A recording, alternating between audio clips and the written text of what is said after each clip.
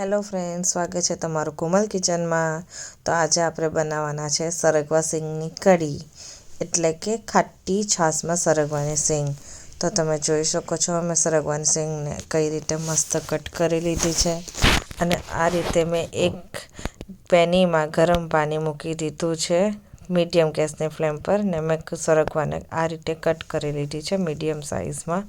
ત્યારબાદ સરગવાને આપણે 1-2 પાણીમાં ધોઈને એને જે મેં સ્ટીમ એટલે ગરમ કરવા જે પાણી મૂક્યું છે એની અંદર આપણે આ સરગવાની સિંગ થોડીવાર બાફવા માટે એટલે મૂકી દેવાની છે। ત્યારબાદ આપણે થોડું ચપટી જેટલું એક મીઠું નાખી દેવાનું છે સિંગ બાફવા મૂકવાના હોય ત્યારે, અને આપણે એને મીડિયમ ગેસની ફ્લેમે બાફવા મૂકી દેવાની છે।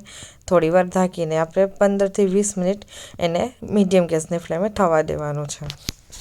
ત્યારબાદ આપણે 15થી 20 મિનિટ બાદ તમારે જોઈ લેવાની કે તમારી સરગવાની સિંગ એકદમ બફાઈ ગઈ છે કે નહીં। મારી તો ફ્રેન્ડ સિંગ બફાઈ ગઈ છે, તમે જોઈ શકો છો। મેં તમને સરગવાની સિંગને ટચ એટલે કે હાથ કરીને પણ બતાવું છું કે મારી આખી સરગવાની સિંગ પ્રોપર એટલે સારી રીતના બફાઈ ગઈ છે। ત્યારબાદ મેં છાશમાં બેસન વધારે ઉમેરવાનું છે ફ્રેન્ડ્સ, અને એને આ રીતે છાશમાં ઘોલવી દેવાનું છે, અને ઝીણી આપણે ડુંગળી કટ કરી લેવાની છે, અને લીલા મરચાં આદુ લસણની પેસ્ટ બનાવેલી છે। ત્યારબાદ આપણે એ જ જે પેનીમાં ગરમ પાણી કર્યું હતું એને કાઢીને આપણે એ જ પેનીમાં આપણે સરગવાની સિંગનો જે છાશમાં વઘાર કરવાનો છે તેટલા માટે મેં મૂકી છે એક પેની। ત્યારબાદ પેની ગરમ થાય તો એમાં આપણે માપ અનુસાર તેલ વેરી દેવાનું છે ફ્રેન્ડ્સ। તમે જો 1 પરી વેરતા હોય તો 1 પરી, 2 પરી વેરતા હોય તો 2 પરી, એ હિસાબે તમારા માપ અનુસાર એમાં તેલ વેરી લેવાનું છે। અને ત્યારબાદ જ્યારે આપણું તેલ એકદમ સારી રીતે ગરમ થઈ જાય તો એમાં 1/2 ચમચી જેટલું જીરું નાખી દેવાનું છે, અને તમે રાઈ પણ નાખી શકો છો। ત્યારબાદ જીરું બાદ આપણે થોડા મેથી દાણા નાખી દેવાના છે ફ્રેન્ડ્સ, અને મેથી દાણા જીરું બાદ આપણે હિંગ પાવડર નાખી દેવાનો છે।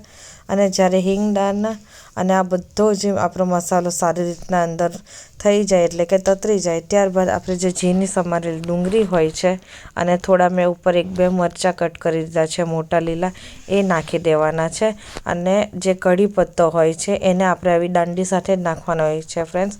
જો તમે કઢી પત્તાની દાંડી સાથે નાખશો તો એકદમ સારો ટેસ્ટ આવશે એનો। અને ત્યારબાદ બધા મસાલાને આ સારી રીતે મિક્સ કરી લેવાનો છે, અને મીડિયમ ગેસની ફ્લેમ પર આપણે કાંદાને 5થી 6 મિનિટ સાતરી લેવાનું છે, એટલે જ્યાં સુધી ગુલાબી ન થાય ત્યાં સુધી આપણે કાંદાને આ રીતે સાતરી લેવાનું છે। તમે જોઈ શકો છો એને મેં આરામથી 5 મિનિટ બાદ મેં તમને બતાવું છું કે મારા કાંદા એકદમ સારી રીતે સતરાઈ ગયા છે।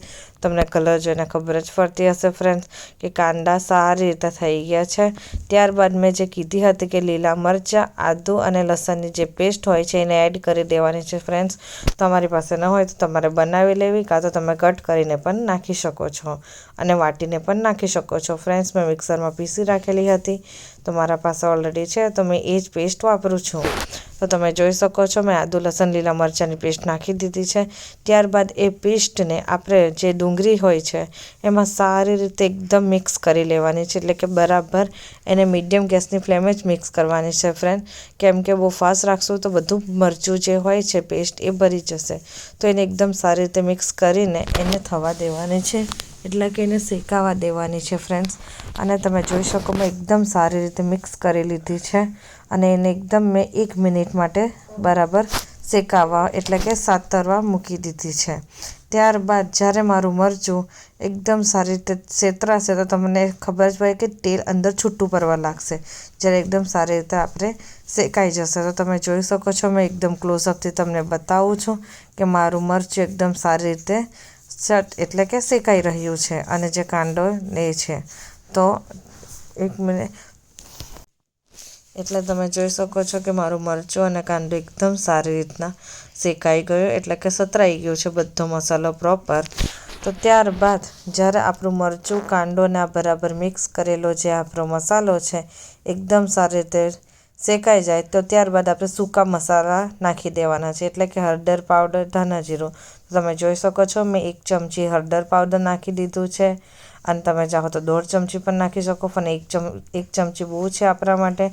ત્યારબાદ મેં 1 ને 1.5 ચમચી જેટલું ધાણા જીરું પાવડર નાખી દીધું છે, અને મેં 1 ચમચી અડધી એટલે કે બહુ ભરેલી પણ નહીં, મીડિયમ જેટલી 1 ચમચી લાલ મરચું પાવડર નાખી દીધું છે, કારણ કે આપણે લીલો મરચું વધારે નાખ્યું છે, એટલા માટે હું લાલ મરચું પાવડર ઓછું નાખું છું, ખાલી કલર અને ટેસ્ટ માટે.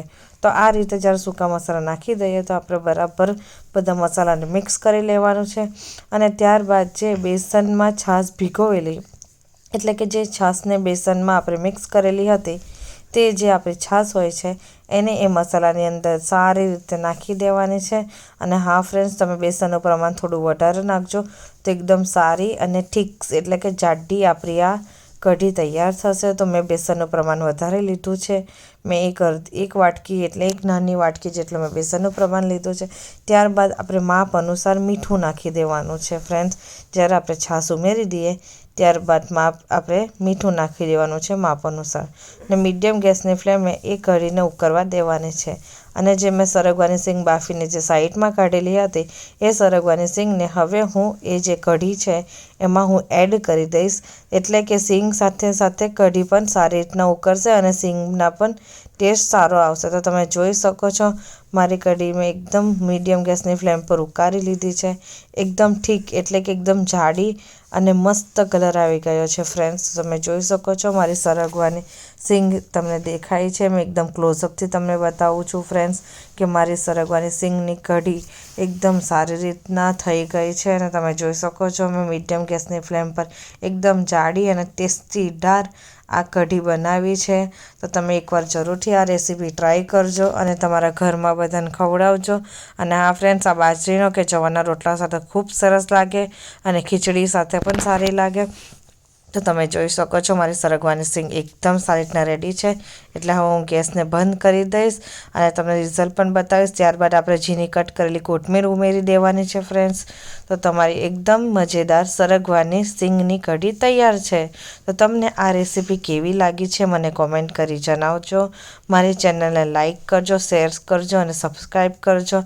અને હા ફ્રેન્ડ્સ, તમે આ રેસીપી એકવાર જરૂરથી બનાવીને ટ્રાય કરજો. અને તમારા જે ઘરમાં ઘડપણ એટલે કે મમ્મી પપ્પા દાદા દાદીઓ એને એકવાર જરૂર ટેસ્ટ કરાવજો. ખૂબ સરસ લાગશે. અને તમે જોઈ શકો છો એકદમ સારી ઠીક કઢી મારી સરગવાની રેડી છે. તો ફ્રેન્ડ્સ, તમને હું કટોરીમાં અને થાળીમાં કાઢીને બતાવું છું. મેં આ બાજરીના રોટલા સાથે આ સર્વ કરી છે. તો તમે જોઈ શકો છો મારી સરગવાની કઢી એકદમ સારી રીતે અને મસ્ત દેખાય છે ફ્રેન્ડ્સ. ખૂબ સરસ બની છે ફ્રેન્ડ્સ. મેં ટેસ્ટ કરીને પણ જોઈ છે. તો તમે જરૂરથી એકવાર આ બનાવીને ટ્રાય કરજો અને મને કોમેન્ટમાં જણાવજો કે તમને મારી આ રેસીપી કેવી લાગી છે.